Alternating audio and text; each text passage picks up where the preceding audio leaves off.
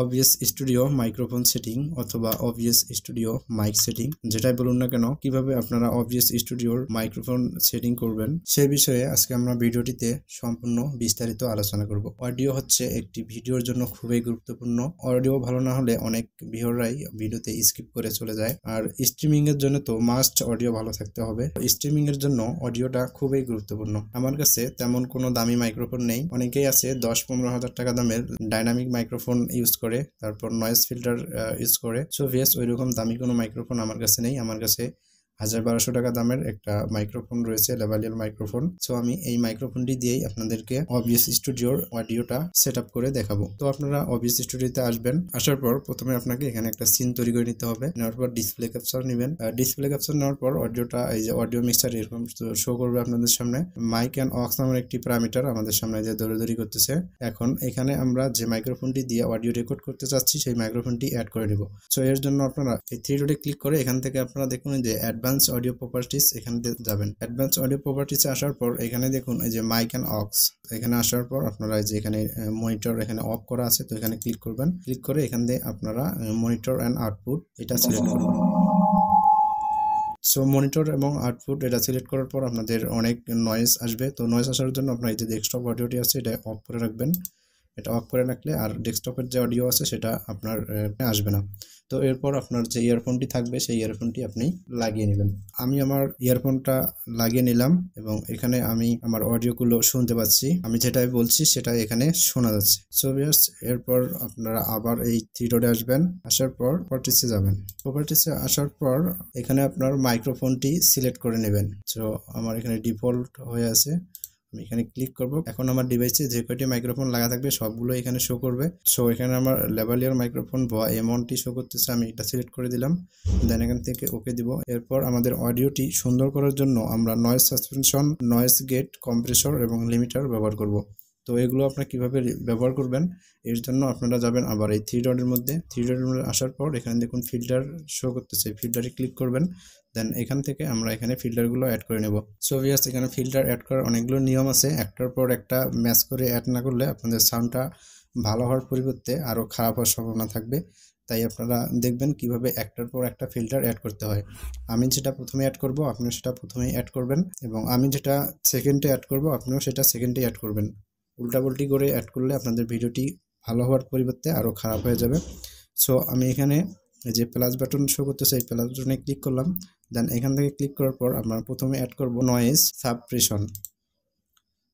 তো এটার আপনি একটা নাম এখানে দিতে পারেন। তো আমি যেটা আছে সেটাই রাখতেছি। দেন এখানে ওকেতে ক্লিক করব।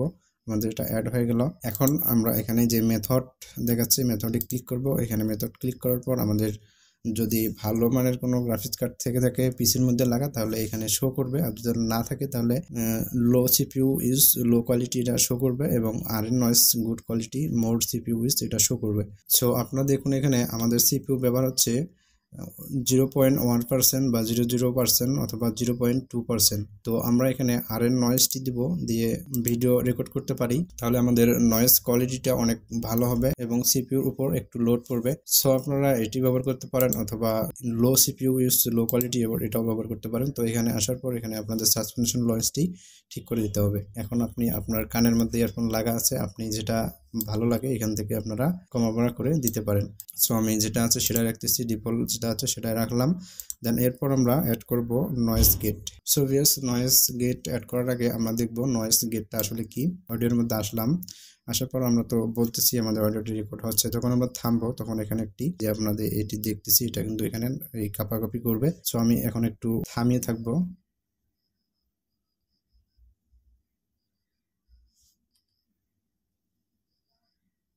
সো বন্ধুরা, আমরা যখন চুপ করেছিলাম তারপরেও কিন্তু আমাদের এই লেভেলটা ওঠানামা করছিল। তো এই নয়েজ গেট অ্যাড করার ফলে আমাদের এই লেভেলটা আর ওঠানামা করবে না, কারণ আমাদের ব্যাকগ্রাউন্ড নয়েজটা কমে যাবে এবং অডিওটা অনেক সুন্দর হবে। সো এটা অ্যাড করার জন্য আবার আমাদের যেতে হবে এই যে প্লাস আইকনে, এখানে থেকে আমরা এই যে নয়েজ গেটটি অ্যাড করব।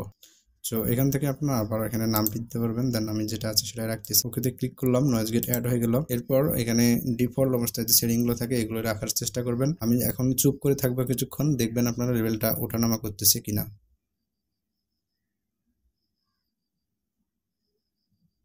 সো বন্ধুরা আমি চুপ করে আছি কিন্তু এখানে লেভেলটা আর ওঠানামা করতেছে না।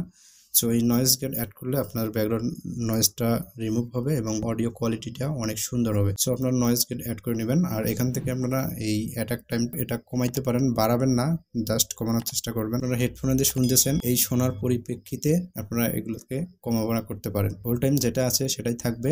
রিলিজ টাইমটা আপনারা কমাইতে পারেন, এখানে যেহেতু 150 আছে আপনারা 100 দিতে পারেন। সো আমি এখানে 100 দিয়েছি। নয়েজ সাসপেনশন তারপর নয়েজ গেট দুটো অ্যাড করলাম। এখন আমরা অ্যাড করব কম্প্রেসর। আমরা যে রেকর্ডটা করতেছি আমাদের সাউন্ডটা যদি অনেক কম হয়ে থাকে, সো আমরা কম্প্রেসর ব্যবহার করে অডিওটিকে বাড়াবো। আবার এই প্লাস বাটনে ক্লিক করবেন, দেন এখান থেকে কম্প্রেসরে ক্লিক করবেন। তারপর আপনারা এখানে একটি নাম দিয়ে দিবেন। সো আমরা কম্প্রেসরের মধ্যে চলে আসলাম। রেশিও টিসুল ডিফল্ট অবস্থায় যেটা থাকবে সেটাই রাখার চেষ্টা করবেন। আর যদি আপনার প্রয়োজন হয় তাহলে আপনার হেডফোন লাগা আছে আপনার কানে, শুনে শুনে কমাবড়া করতে পারেন।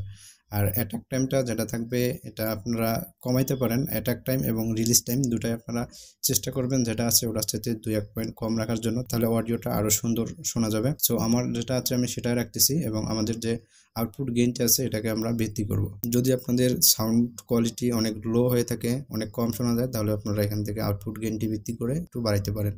তো আমি সামান্য কিছু পরিমাণ বাড়াবো। সো দেখুন আমি এখানে সামান্য পরিমাণ বাড়াইতেছি। এখন যদি আমি আস্তে কথা বলি তারপরেও কিন্তু দেখুন আমাদের যে লেভেলটা আছে এটা আমার এই লাল এরিয়ার মধ্যে চলে যাচ্ছে।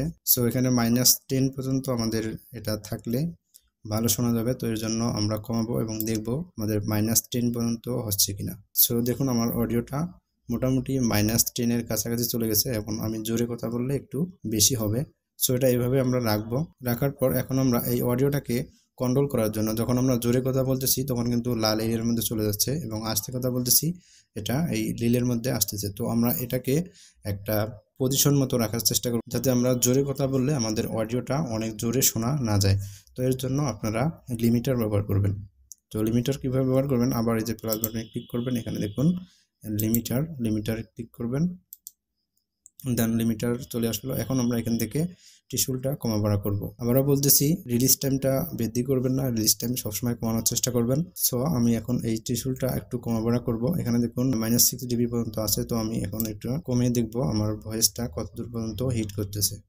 সো ভিউয়ার্স দেখুন আমি জোরে কথা বললেও আমার -10 কিন্তু পার হয়ে যাচ্ছে, মোটামুটি লালের কাছাকাছি চলে যাচ্ছে।